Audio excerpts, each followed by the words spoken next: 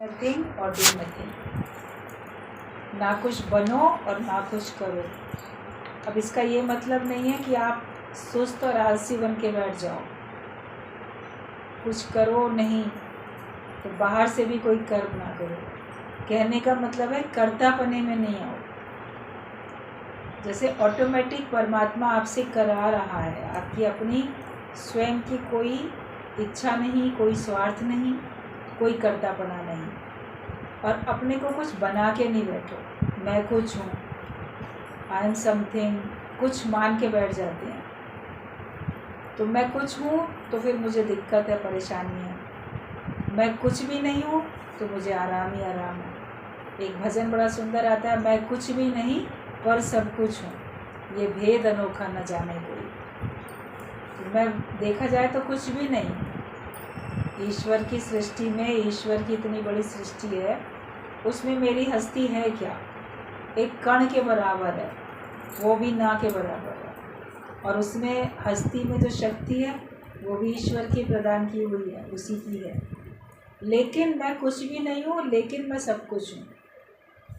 आत्मिक दृष्टि से देखोगे, तत्व से देखोगे तो मैं सब कुछ हूँ। दोनों में हमको सामंजस्य बना के चलना है। मैं कुछ भी नहीं भी पक्का करना है और मैं सब कुछ हूँ ये भी पक्का करना है। संतुलन बनाना पड़ता है, बैलेंस बनाना पड़ता है। सबसे हाईएस्ट और सबसे लोएस्ट, उसका हमको ऐसे संतुलन बनाना है। कहाँ पे हमको बी नथिंग होके रहना है और हमको कहाँ पे अपने को मैं सब कुछ हूँ मान के चलना है। जैसा विचार आप हर समय रखोगे वैसे आप होते चले जाओ, वैसा जीवन आपका बनता जाएगा। जो जैसा सोचता है वैसे ही हो जाता है। पहले अपने को आप जीव मानते थे, नाम रूप मानते थे, कोई संबंध मानते थे, किसी के साथ संबंधी मानते थे, तो वैसे ही बने हुए थे। लेकिन अब अपने को आप वो सत्य स्वरूप जानते हो, मैं ब्रह्म स्वरूप हूँ वो जानते हो। अपनी वास्तविक सत्ता को पहचान लिया, अपने वास्तविक स्वरूप को जान के उसमें स्थित हो गए। तो जब आप हर समय विचार करो, अरे मैं देह नहीं हूँ, मैं तो आत्मा हूँ, यही एक मंत्र समझ लो। इसी का एकदम जैसे रट लगा लो, रटते जाओ। मैं देह से मैं कुछ भी नहीं हूँ और तत्व से मैं सब कुछ हूँ। और बाहर से भी अगर देखो तो कहते कुछ बनना ही अगर है तो योगी बनो, बाकी बनना बनाना तो ख़त्म हो गया। मैं किसी का बेटा, किसी की बेटी, किसी का भाई, किसी की बहन, किसी का माँ, किसी का पिता, किसी का कुछ, किसी का कुछ, तो ये सब जो बने हुए थे ये बनना ख़त्म करो। और अगर बनने का शौक़ है तो भले गुरुजी का कहना होता है शुरुआत में, तुम अगर बनना ही है तो योगी बनो ना। कई लोग कहते हैं कि हम पार्ट प्ले करते हैं, गुरुजी आप ही ने तो कहा था हम पार्ट प्ले करते हैं। तो शुरू में तो कहा जाता है कि आप जो भी कार्य करते हो, घर गृहस्थ का या संसार में नौकरी, बिजनेस, जो भी काम आप करते हो, अपने को छुड़ाने के लिए बोलो मैं तो एक पार्ट प्ले कर रहा हूँ। नफ़ा ना घाटा सब सेठ का है, मालिक का है, भगवान का नफ़ा नुकसान है, मेरा नफ़ा नुकसान नहीं है। और ये मुझे रोल मिला है, मैं ये करता हूँ। लेकिन क्या सारी ज़िंदगी एक ही रोल करते रहोगे क्या? आपको अगर एक्टिंग भी करनी है तो आप संबंध वाली एक्टिंग क्यों करते हो? रोल अगर प्ले करना है तो आप किसी संत वाला ही रोल प्ले करो, किसी भक्त वाला रोल प्ले करो। अपना रोल भी तो बदल लो ना। तो बनना है तो मैं ये बन गई, मैं वो बन गई, मैं ये हूँ, मैं वो हूँ। वो छोड़ के बोलो मैं संत हूँ, मैं योगी हूँ, मैं भगवान का भक्त हूँ, मैं गुरु का शिष्य हूँ, फिर मैं ब्रह्म हूँ, मैं स्वयं हूँ, मैं आप ब्रह्मानंद मैनु वेद गामता। वो मैं सब कुछ ऐसे बनते बनते, जगत के नाते हटा के, अपने को संत, अपने को योगी बनाते बनाते आप देखोगे आप ब्रह्म स्वरूप में टिक जाओ। फिर आप कह सकोगे कि मैं आप ब्रह्मानंद मैनु वेद गामता, मैं आप ही ब्रह्मानंद हूँ। ब्रह्म का जो आनंद होता है, मैं पहले उसको देखने वाला, महसूस करने वाला था। जैसे मैं पहले विषयों का आनंद ले रहा था, कोई शब्द किसी ने बोले, मुझे बोले, या किसी और को बोले, उन शब्दों को सुन के मैंने आनंद लिया। बड़े सुखद, प्रशंसा वाले या बड़े मन को प्रसन्न करने वाले शब्द थे, तो हमने शब्दों का आनंद लिया। एक हम हैं और एक शब्द हैं, और एक हम उनको उसके कारण से आनंद का अनुभव कर रहे हैं। ऐसे ही शब्द, स्पर्श, रूप, रस, गंध, इन सब से हम आनंद लेने वाले थे, सुख लेने वाले थे। फिर ब्रह्म को जाना, गुरु की कृपा से ज्ञान को समझा, तो मैं ब्रह्म का आनंद ले रहा हूँ। अब मैं अपने आत्मा का आनंद ले रहा हूँ। जैसे पहले विषयों का लेते थे, ऐसे अब हम ज्ञान का लेते हैं, या हम आत्मा का लेते हैं, या ब्रह्म का लेते हैं। मगर फिर उसमें और गहराई में जाते हो तो वो स्थिति आपकी ऐसी बन जाती है कि पहले तो आप अलग थे और आप ब्रह्म को अनुभव करके, आत्मा को अनुभव करके उसका आनंद ले रहे थे, उससे उसका आनंद महसूस करने वाले थे। लेकिन फिर आप देखोगे कि आनंद जो है वो ही मेरा रूप है। जो मैं ले रहा था सुख, आनंद, वो जैसे लेने वाला गुम हो गया। तो मैं हूँ आनंद का ही स्वरूप, मैं उसी का रूप बन चुका हूँ। मैं ब्रह्म का ही रूप बन गया। जिस चीज़ को मैं दूसरा समझ के प्राप्त कर रहा था वो मैं ही हूँ, मेरा ही रूप बन गया। तो वहाँ पे एक का भी अंत हो जाता है। द्वैत खत्म होते होते अद्वैत में जाते हो और उस एक का भी अंत हो जाता है। जैसे अशब्दी ब्रह्म पद में पहुँच जाते हैं। जो शब्द थे उनसे भी परे, एकदम शून्य में चले जाते हैं। और वो जो अनुभूति है वो हमारे लिए इतनी सुखद, इतनी आनंद वाली स्थिति होती है जिसको आप शब्दों से पूरी तरह से बता नहीं सकते, क्योंकि शब्दों से भी आपको कुछ चुके। फिर आपका सारा जीवन वास्तविक आनंद में बीतता है। गुरु जो ज्ञान हमें देता है वो हमको कहाँ से कहाँ पहुँचाता है। जितना आप मेहनत कर सको अपने स्वयं से, जितना आप चाहो, उतना गूढ़ ज्ञान का रहस्य आपको बताया जा सकता है और आप उसको समझ के उसमें स्थित हो सकते हो। क्योंकि जो जैसा भाव जगाए वो वैसे ही फल लाए, वो वैसे ही फल पाता है, उसके लिए वह भगवान वैसे ही फल लाते।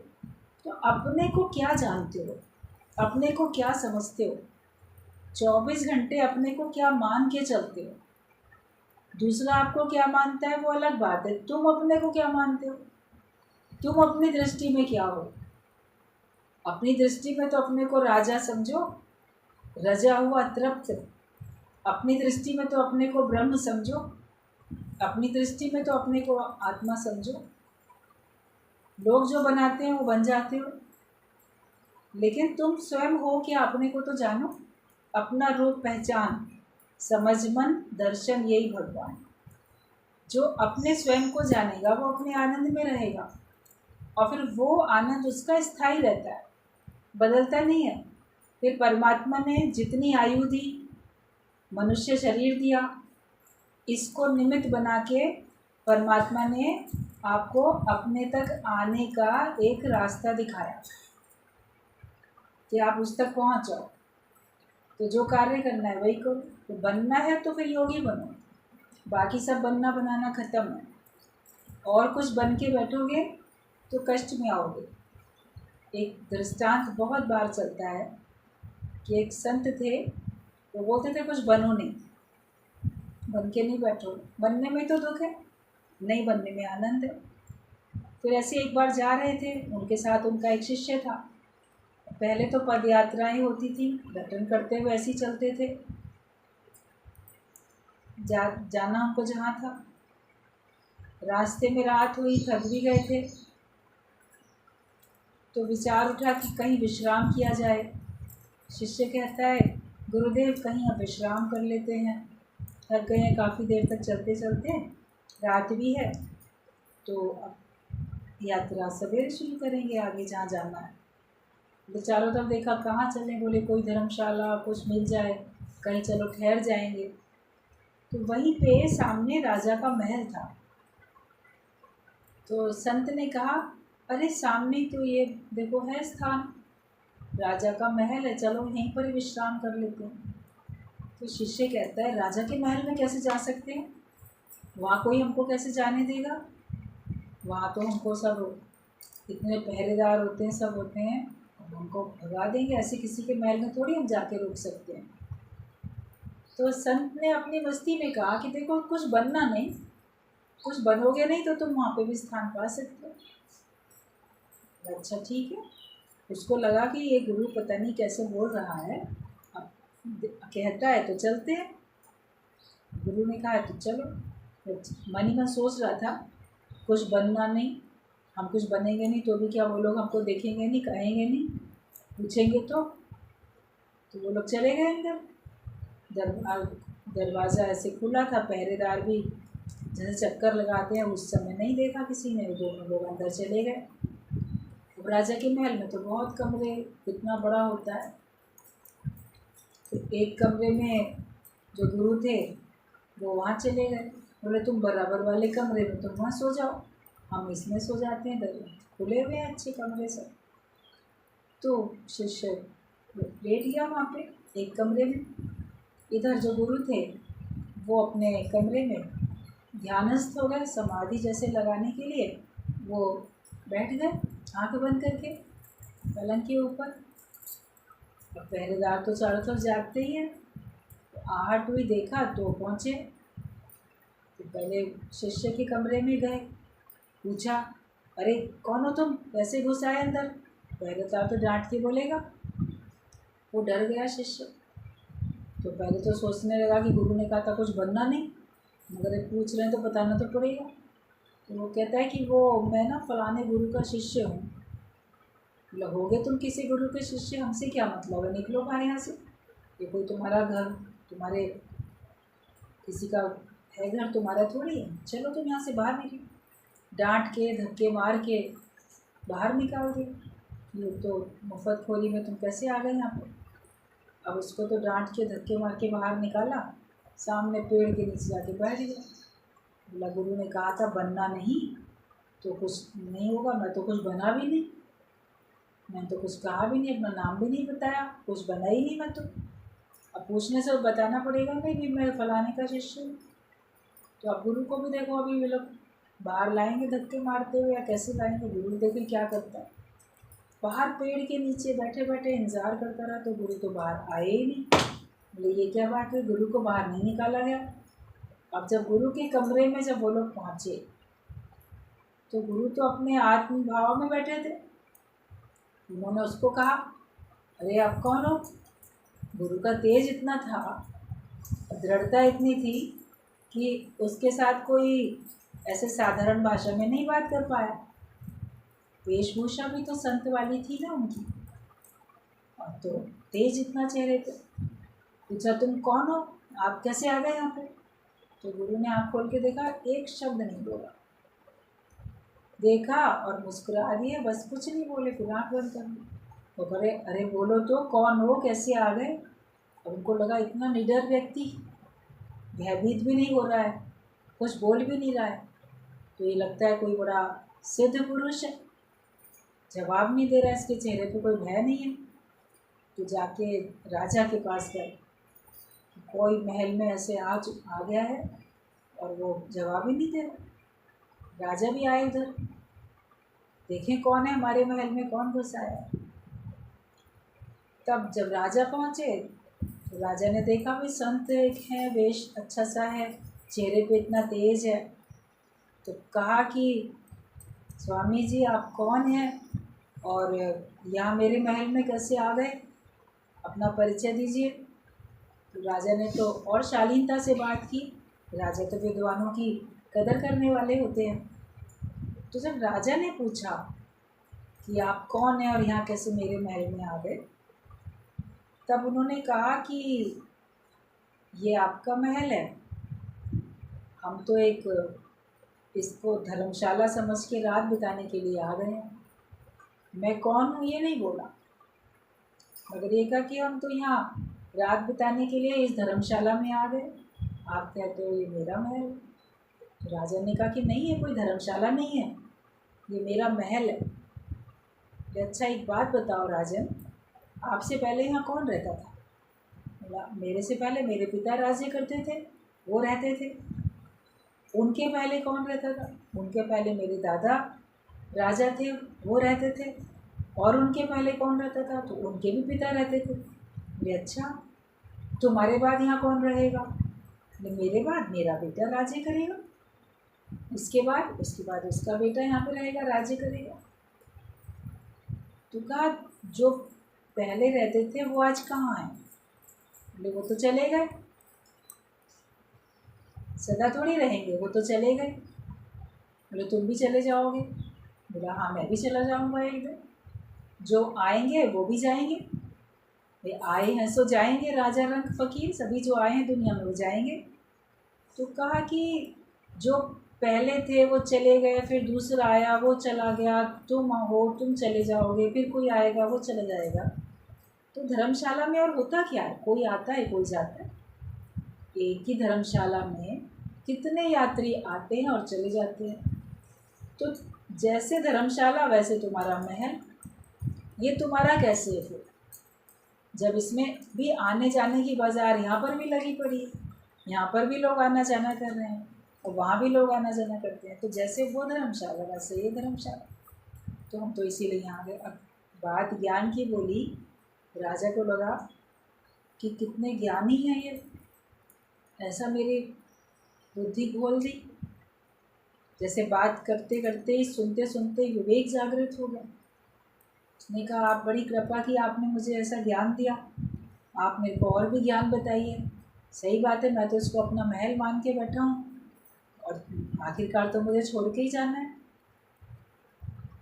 संत ने कहा संसार ही सराय है, संसार ही पूरा धर्मशाला है, जग है सराय, कोई आए कोई जाए, भूल के यहाँ कोई दिल ना लगाए। तो ज्ञान सुनाया और वो ज्ञान सुनते सुनते तब तक तो थोड़ा सवेरा भी होने लगा, 2-3 घंटे तो निकल ही गए। जब ज्ञान की चर्चा होती है और आप बहुत एकाग्रता के साथ सत्संग सुनते हो तो आप देखो समय कैसे निकल जाता है और पता नहीं चलता। आप बोलोगे अरे 1 घंटा बीत गया, अरे 2 घंटे बीत गए, पता ही नहीं चला। आपकी जितनी जिज्ञासा है उसके हिसाब से अगर आपको उत्तर मिलता रहता है, आपको 2-3 घंटे कब निकल जाते हैं पता ही नहीं चलता। तो वो 2-3 घंटे ऐसे कब निकल गए, 3-4 घंटे पता ही नहीं चला ज्ञान की चर्चा में। फिर सवेरा होने लगा, ब्रह्म मुहूर्त 3-3:30 बज गया। तो संत ने कहा कि अब तो सवेरा होने लगा है, अब हम चलते हैं। राजा ने बहुत उनका जैसे सत्कार किया और कहा बहुत भगवान की कृपा है कि आप किसी भी वजह से मेरे महल में आए, इस स्थान पे आए और आपने मेरे को ज्ञान दे के इतना कृतार्थ किया। तो राजा बहुत आदर मान सम्मान के साथ उनको महल के दरवाजे तक छोड़ने के लिए जाने लगा। तो गुरु ने कहा कि बराबर वाले कमरे में हमारा शिष्य भी था, साथ में वो सोया हुआ था, उसको भी उठा दीजिए, वो भी जाग जाए। तो जो थे वहाँ के कर्मचारी चौकीदार तो बड़े शर्मिंदा हो गए, कहते अरे उसको तो हमने रात में ही डांट के बाहर भगा दिया था। तो पूछा तो उसने ऐसे कुछ कहा नहीं, बोला मैं तो किसी गुरु का जो नाम बताया शिष्य हूँ, तो हमने तो उसको निकाल दिया था, वो तो बाहर होगा, अंदर तो नहीं है। माफ़ी मांगने लगे। गुरु ने कहा कोई बात नहीं, वो बाहर पेड़ के नीचे सोया होगा।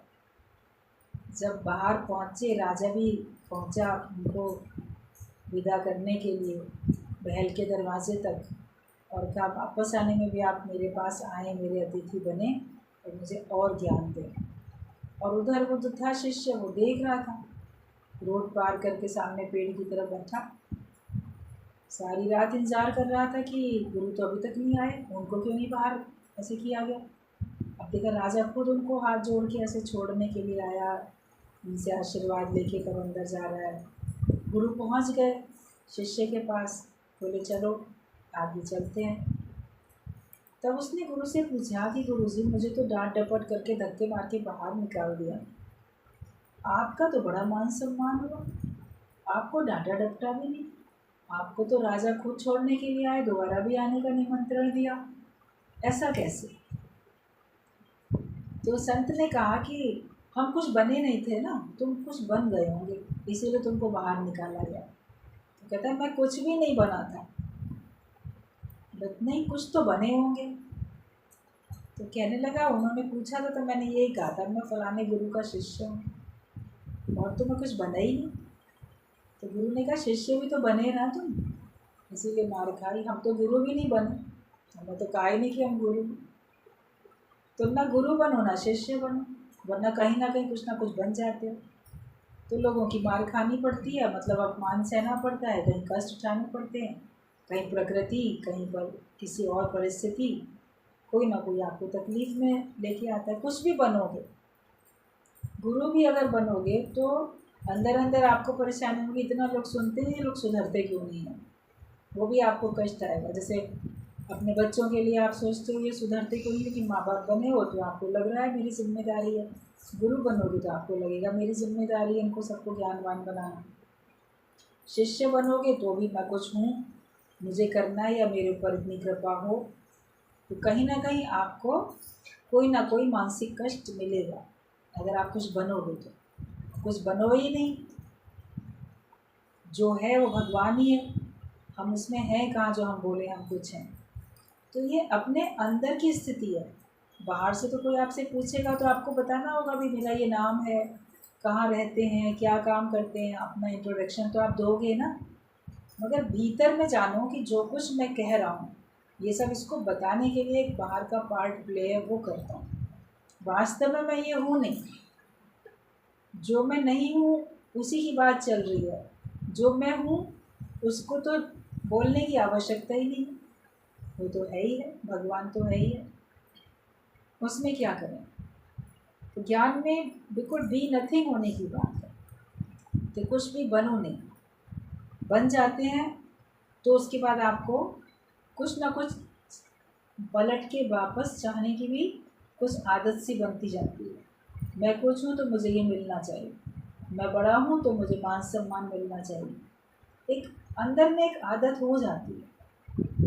लोग जिसको बड़ा मान सम्मान देते हैं ना, तो फिर जहाँ जाता है उसको लगता है मुझे सब लोग वैसे ही मान सम्मान दें, उससे कम मिलेगा तो उसको परेशानी होगी, क्योंकि उसको लगता है कि मैं तो इतने बड़े पद वाला व्यक्ति हूँ। तो वैसी आदत बनती जाती है। लेकिन जो ब्रह्म भाव में आ जाता है वो किसी भाव में नहीं रहता, किसी और भाव में, वो अपने महिमा में स्थित रहता है, वो अपनी दृष्टि में सब कुछ है। और बाहर से भी उसका कार्य ऐसा होता है कि लोग उसको फिर मानते हैं, उसको जानते हैं, उसको समझते हैं और उसका अनुसरण करते हैं, फॉलो करते हैं उसको। लेकिन वो अपने रास्ते पे चलता है, सबको अच्छा मार्ग दिखाएगा। संत एक अच्छी पगडंडी बनाता हुआ जाता है, जो उसके साथ में उसके पीछे उसके मार्ग पे चलते हैं तो वो भी अपनी मंजिल पे पहुंच जाते हैं।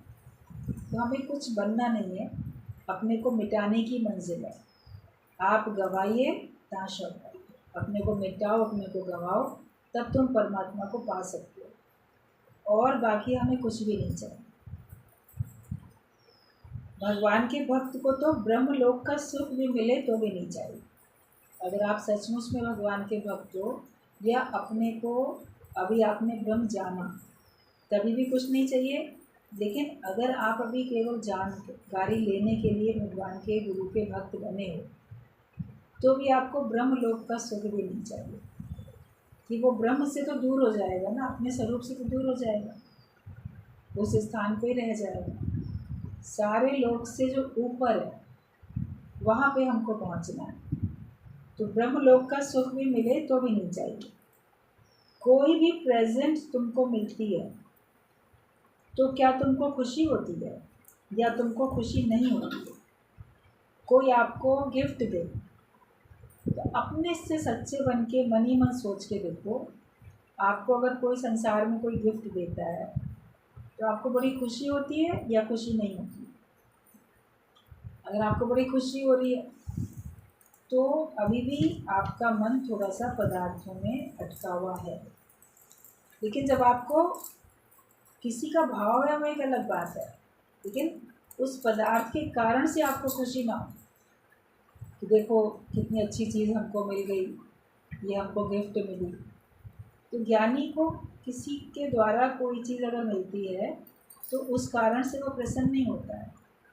वो प्रेम के कारण प्रसन्न है, वो अपने ज्ञान के कारण प्रसन्न है, लेकिन वो उस पदार्थ को बड़ा कीमती है, बड़ा अच्छा है, मिल गया, ये नहीं सोचता है। तो तुम अपने से पूछो कि कोई भी प्रेजेंट मिलती है तो तुमको खुशी होती है कि या तुमको नहीं होती है। हनुमान ने मोतियों की माला के एक एक दाने को तोड़ तोड़ कर फेंक दिया कि इसके अंदर राम नहीं है, ये मोती, ये हीरे, ये जवाहरात मैं क्या करूं। हनुमान जी की बात तो आप सब लोग को पता है। जब वापस अयोध्या आए और राम अपने सिंहासन पर राज्य करने के लिए विराजमान हुए, सब पूरा दरबार लगा हुआ था, सब खुश थे कि रावण का वध करके सीता को लेके सब वापस आ गए हैं, अब सुख से सब राज्य चल रहा है। वैसे सबको कुछ ना कुछ भेंट दी गई, सबको कोई ना कोई गिफ्ट मिली। तो सीता ने हनुमान को मोतियों की एक माला दी। तो उसको जो मोतियों की बहुत कीमती सच्चे मोतियों की माला, अब वो क्या किया, ले तो ली, लेके किनारे से वहीं बैठा साइड में। तो हनुमान क्या कर रहा था, उसका दाना एक एक दांतों से चबा के तोड़ के देखे, फिर फेंक दे, फिर तोड़ दे, फिर फेंक दे। सीता को अंदर अंदर बड़ा बुरा लग रहा था कि है तो आखिरकार बंजर स्वभाव की, इतनी कीमती मोतियों की माला दी और उसको चबा चबा के फेंक रहा। आखिरकार उनसे रहा नहीं गया सीता से। तो कहा, हनुमान तुम जो हो, इतनी कीमती तुम्हें सच्चे मोतियों की माला हमने भेंट करी है, इसको पहनने के बजाय तुम इसको चबा चबा के एक एक मोती इसका क्यों फेंकते हो, कदर नहीं है तुमको। बोला, माता आपके द्वारा दी गई चीज़ की कदर तो होती है, लेकिन मैं इसमें झाँक झाँक के देख रहा था हर मोती में, इसमें राम है कि नहीं है, और मुझे उसमें राम कहीं दिख नहीं रहे थे, इसलिए मैं उनको फेंकता जा रहा। अब सीता को बड़ा गुस्सा भी आया, अटपटा भी लगा। बोला, जिस चीज़ में राम नहीं है तो क्या तुम उसको फेंक दोगे? ऐसे तो तुम्हारे शरीर में क्या राम है, तो इस शरीर को भी फेंक दो। बोला, नहीं, मेरे अंदर तो राम बसते हैं, इसलिए मेरा तो शरीर बड़ा कीमती है। तो तुम्हारे अंदर राम बसते हैं, मतलब मैं भी दिखा सकता हूँ। तो उन्होंने अपने दोनों हाथों से, अपनी नाखूनों से अपना सीना ऐसे चीर के और अपना हृदय दिखाया। तो सबको दिखाई दिया कि अंदर तो राम और सीता दोनों विद्यमान हैं, उनकी झलक सबको दिखने लगी। ये चमत्कार देख के सब बड़े हैरान हो गए। तब सीता भी हैरान हो गई, खुश भी हो गई कि सच बात है, इसके दिल में राम और सीता सब बसते। तब उसको जल्दी जल्दी उसको देखा, उसके ऊपर उसे लेप किया, उसके घाव ऐसे चीर दिया था उसने सीना अपना। तो उसने ये बताया कि मेरे अंदर राम है, और जिस चीज़ में राम नहीं है वो चीज़ मुझे स्वीकार नहीं है। मतलब कि अगर माया है केवल, तो माया मुझे स्वीकार नहीं है, लेकिन जहाँ भगवान है, भगवान का भाव है, वही मुझे स्वीकार है। तो जो सच्चा भक्त होता है वो अगर स्वीकार करता है तो भगवान को स्वीकार करता है, भगवत भाव स्वीकार करता है। कोई केवल अहंकार से आपको गिफ्ट दे, प्रॉपर्टी दे, कुछ और दे, तो ज्ञानी को आवश्यकता ही नहीं है। मतलब जो है, जितना है उतना मेरे लिए काफ़ी है, मैं क्यों प्राप्त करूं। और जहाँ भगवान का भाव है वही सब कुछ उसको स्वीकार है। तो हनुमान ने तो मोतियों की माला के एक एक दाने को भी तोड़ के फेंक दिया कि इसके अंदर राम नहीं है, तो मैं इसे लेके क्या करूँगा। सारी दुनिया एक तरफ और मेरा भगवान एक तरफ। अभी आपको अगर कोई कहे कि हम तुम्हें इतना सोना, चांदी, हीरा, मोती, रुपया, प्रॉपर्टी कुछ देते हैं, ये ले लो, और तुम सत्संग छोड़ दो, भगवान का नाम लेना छोड़ दो, भगवान को मानना छोड़ दो, ज्ञान सुनना छोड़ दो, तो आप क्या करोगे? अगर आपका मन उस समय ये बोले कि मेरे से, बल्कि मेरा जो कुछ है कोई ले ले, लेकिन मेरे से, मेरे भगवान से अलग होने के लिए कोई ना खाए, भक्ति से विमुख होने के लिए कोई नहीं खाए। हम भगवान को नहीं छोड़ सकते, हम ज्ञान को, सत्संग को नहीं छोड़ सकते, हम भले प्रॉपर्टी छोड़ सकते। तो जब एक तरफ पूरा संसार, उसका सुख एक तरफ भगवान। आप किसको चुनते हो? अगर आप भगवान को, भगवान के नाम को, भगवान के ज्ञान को अगर आप चुनते हो तब आप सच्चे भक्त हो। लेकिन लोग लालच में पड़ के आप भगवान का नाम लेना छोड़ दो, तो ठीक है, भगवान का नाम तो बहुत दिन ले लिया, ज्ञान तो बहुत साल से सुन रहे थे, समझ लिया, आप ज्ञान हमसे भूल थोड़ी जाएगा। हम छोड़ देते हैं भगवान का नाम लेना, ज्ञान सुनना। ज्ञान तो हमारे अंदर ही है। अब रोज़ जाके क्या करेंगे? प्रॉपर्टी मिल गई, चलो हम इसी में लिप्त जाते हैं। तो अगर आप माया को चुनते हो तो आप देखना कि आपका ज्ञान भी तो खत्म हो जाएगा। फिर आप ज्ञानी थोड़ी कहलाओगे, ज्ञानवान थोड़ी बनोगे। फिर तो आप सांसारिक व्यक्ति, मायावी व्यक्ति बन के रह जाओगे और दुनिया में जन्म मरण के चक्कर में 84 लाख योनियों में आप आते चले जाओगे। अंदर से आप महत्व किसको देते हो, चुनते किसको? कि हमें केवल भगवान चाहिए, कि सारी दुनिया एक तरफ और मेरा भगवान एक तरफ है। तुम समझते हो कि थोड़े टाइम का सुख तो माया में है, भाई थोड़े समय का सुख तो है, लेकिन जब तुम ये समझो कि थोड़े समय का सुख भी उसमें नहीं, माया में जिसका विवेक खुला हुआ नहीं है वो माया में 15 आना सुख और 1 आना दुख समझता है। इससे पहले 1 रुपये में 16 आने होते थे, 1 आना, 2 आना, 3, 4 आना, 8 आना, ये सब होता है। तो 16 आने बना के 1 रुपया बनता है। तो जिसका विवेक खुला हुआ नहीं है वो माया में 15 आना दुख, 15 आना सुख और 1 आना दुख समझता है, जिसका विवेक खुला नहीं है। और जिसको थोड़ा विवेक खुल गया वो 15 आना दुख और 1 आना सुख समझता है।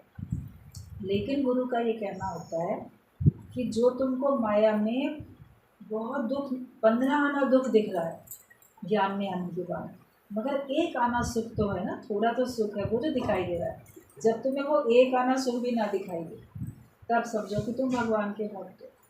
मतलब माया में तुम्हें 1% भी, 0.1% भी सुख महसूस ना हो, वो उसमें सुख है ही नहीं, उसमें बंधन है, उसमें जन्म मरण का चक्कर है, उससे आपको टोटल बचना है। जब वो विचार आपके अंदर में आए तब आप समझो कि आप भगवान के सच्चे भक्त। कि तुम समझते हो कि थोड़े टाइम का सुख तो माया में है, पर भगवान के भक्त को राम के सिवाय कुछ नहीं चाहिए। सीता ने भी एक सोने के हिरण की कामना की तो रावण के पास जाके पहुंची। उसने भी भगवान साथ में बैठे थे, भगवान को छोड़ के सोने के हिरण की कामना की, बड़ा सुनहरा सोने जैसा हिरण है, इसको आखेट करके मेरे लिए ला के दो, इसकी मृग छाल पे इस पर बैठेंगे हम लोग। तो उसने एक कामना की तो भगवान से तो दूर हो गई ना, सीता को भी तो दूर होना पड़ा। तुम भी अगर माया में कोई भी एक छोटी सी भी इच्छा रखोगे तो तुम भगवान से दूर हो जाओगे, और फिर आंसू बहा बहा के भगवान को वापस जब पाना चाहोगे तो भगवान को भी बड़ी मेहनत करनी पड़ेगी तुमको वापस अपने पास बुलाने के लिए, लाने के लिए। वरना जो माया में गया वो पता नहीं अनंत समय तक के लिए, ना जाने कितने जन्मों तक के लिए भटकता रह जाता है। तो सीता ने भी एक हिरण की कामना की तो रावण के पास जाके पहुंची। तुमको माया प्रिय है, थोड़ी भी अगर ली तो भगवान तुम्हारे हाथों से खिसक जाए। थोड़ा भी अगर तुम्हारा मन माया में गया तो समझो कि भगवान तो चला जाएगा। क्या भगवान का चला जाना मंजूर है? और अगर भगवान तुमको उसका जाना मंजूर है, तुमको माया पसंद है तो चले जाओ माया में। हर एक की अपनी चॉइस है, जिसको जहाँ जाना है वहाँ जाएगा। लेकिन तुम्हारे चाहने से माया तुमको क्या मिल जाएगी, या माया मिलेगी तो क्या उसमें तुम्हें सुख प्रतीत हो जाएगा? आप अगर भगवान को छोड़ के जाते हो तो आपकी मर्ज़ी है, जिसको जाना हो वो आज ही चला जाए। वो फिर इतना अपना समय सत्संग में, इतना गुरु से मेहनत लेके बाद में जाए, इतना अपने पर कर्ज चढ़ा के जाए, जिसको माया प्यारी लगती है वो आज ही चला जाए। अच्छी तरह से परख ले, समझ ले कि माया में कितना सुख है, जब उसका दिल भर जाए तब वो आए। लेकिन आपको कभी भी उसमें तृप्ति आने वाली नहीं, और फिर वापस आने के रास्ते भी आपको नहीं मिलने वाले हैं। ऐसे भंवर में आप हंसते चले जाओ। बहुत कष्ट उठा के तब सोचो, आया शरण ठोकरें जबकि खा के, न जाने कितनी ठोकरें खा के तब तुम भगवान की शरण में आओगे। और अभी भी कितनी ठोकरें खा के आए हो ये पता भी नहीं है। न जाने कितने जन्मों से आप मेहनत करके पुरुषार्थ करके तब आज जाके पहुँचे हो। बनना जीवन कठिन होता है और बिगड़ना तो बहुत सरल होता है। बच्चे ज़रा सी कुसंग उनको मिलता है, ज़रा सी असावधानी होती है तो कितने बिगड़ जाते हैं। और वहीं निर्माण में तो समय लगता है, चरित्र निर्माण में समय लगता है। तो तुम्हें क्या प्रिय है, माया की भगवान? अगर माया प्रिय है, थोड़ी सी भी प्रिय है और थोड़ी भी तुमने ली तो भगवान हाथ से खिसक जाएगा। एक मर्द औरत पर कितना हक रखता है, तुम गुरु का इतना हक अपने ऊपर क्या रखते हो? वो पति भी कहता है कि तू केवल मेरी है, मेरी होकर रहना। तुम भगवान के सिवाय कुछ भी नहीं देखो। जिसके साथ विवाह होता है तो वो जो पुरुष होता है वो पत्नी के ऊपर तो बड़ा अधिकार रखता है और कहता है तुम मेरी और मेरी बन के रहोगी। तो क्या तुम अपने ऊपर भगवान का इतना अधिकार भक्त होकर समझते हो कि भगवान भी बोलेगा तुम हमारे बन गए तो हमारे होके रहो? फिर तुम माया में क्यों जाते हो? फिर माया की तरफ क्यों तुम्हारा मन जाता है? अगर भगवान के बनने के बाद भी तुम्हारा मन माया में जाता है तो ये व्यभिचार है। भगवान ने बोला है, भगवद गीता में भगवान ने बोला है कि अव्यभिचारी भक्ति से मैं मिलता हूँ। क्या मतलब है अव्यभिचारी भक्ति का? मतलब भगवान को छोड़ के आप माया को प्रेम ना करो, माया को ना चाहो, तब तो तुम्हारी भक्ति अव्यभिचारी है। और भगवान के साथ साथ अगर तुम माया को भी प्यार करते हो, माया भी चाहते हो, सुख सुविधाएं भी चाहते हो, तो फिर तुम्हारी भक्ति में व्यभिचार है। व्यभिचार तो पसंद नहीं आएगा। तुम्हें भगवान के सिवाय कुछ नहीं देखना है। सारी दुनिया से अनकंसर्न रहोगे तब भगवान से तुम्हारी प्रीति है, तब माना जाएगा। आप बोलो हमारा तो भगवान से बड़ा प्यार है, सत्संग से बड़ा प्यार है, गुरु से बड़ा प्यार है, लेकिन फिर तुम्हें संसार से भी तो है, तो तुम्हारी अव्यभिचारी भक्ति नहीं है। और उनसे वास्ता भी रखते हो, अनकंसर्न होके नहीं रहते, तो फिर तुम्हारा भगवान से पूरा प्यार नहीं है। इसलिए अपने मन को एक तरफ करना पड़ता है। दादाजी बोलते थे कि जैसे कभी किसी हिल स्टेशन पे या कहीं गए तो वहाँ पे रोड जो होती हैं वो बहुत चौड़ी नहीं होती हैं, पहाड़ों पे सड़कें बहुत चौड़ी नहीं होती हैं और वहाँ पे रिक्शे वगैरह भी ये सब भी नहीं होते हैं, अक्सर घोड़े होते हैं चलने के लिए। तो जब घोड़े के ऊपर बैठ के पहाड़ों की तरफ जाते हैं तो जो घोड़े वाले होते हैं, जो पैदल चलने वाले लोग होते हैं, उनको कहते हैं एक बाजू हो जाओ, एक बाजू, मतलब वन साइड, एक तरफ हो जाओ। तो दादाजी कहते थे जैसे वो कहता है ना एक तरफ हो जाओ, तो तुम भी संसार में चल रहे हो, तुम भी एक तरफ हो जाओ, एक बाजू, या भगवान की तरफ होके चलो या माया की तरफ होके चलो, तब तो तुम सुख से चल सकोगे। वरना कभी इधर जाते हो कभी उधर जाते हो, कोई बार बार रोड क्रॉस करता रहे, कभी दाएं चल रहा है कभी बाएं जा रहा है, तो आखिरकार क्या होगा? कहीं ना कहीं तो किसी से टक्कर लगेगी, उसकी नुकसान होगा उसका। तो दो तरफा जीवन जीने में नुकसान है।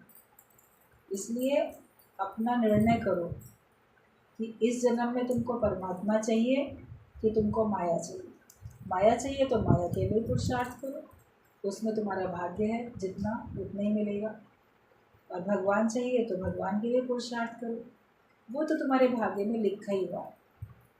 भगवान प्रत्येक के भाग्य में लिखे हैं, जो पुरुषार्थ करेगा उसको मिलेगा, परमात्मा तो अवश्य मिलेगा। लेकिन माया जितनी लिखी है उतनी मिलेगी, पुरुषार्थ चाहे आप कितना भी करो। हालांकि बिना पुरुषार्थ के वो भी नहीं मिलेगी, लेकिन फिर भी उसमें आपका भाग्य आगे आएगा।